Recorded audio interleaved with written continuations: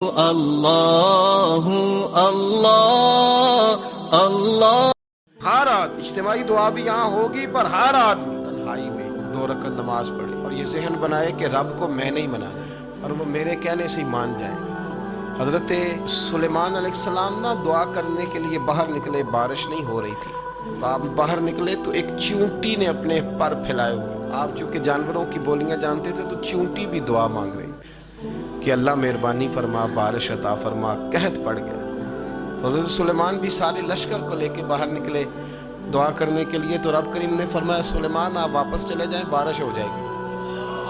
اور دعا نہ مانگیں، آپ جائیں۔ حضرت سلیمان نے عرض کی مالک دعا تو مانگ لینے دے، بارش کا تو نے فیصلہ کر لیا تو دعا تو عبادت ہے۔ تو رب کریم نے فرمایا نہیں آپ جائیں،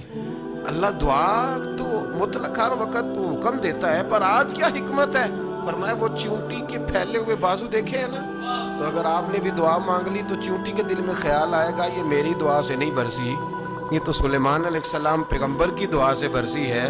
تو آج میرا ارادہ ہے، قدرت ہے کہ بارش ملے گی پر چونٹی کے کہنے کی برکت سے ملے گی۔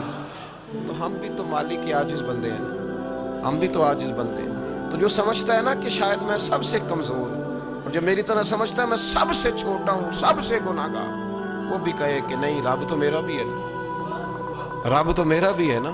تو وہ ایک کونے میں لگے اور وہ کہے کہ نہیں اللہ کو میں نہیں منانا ہے، اور وہ میری مانے گا، اللہ کو منائے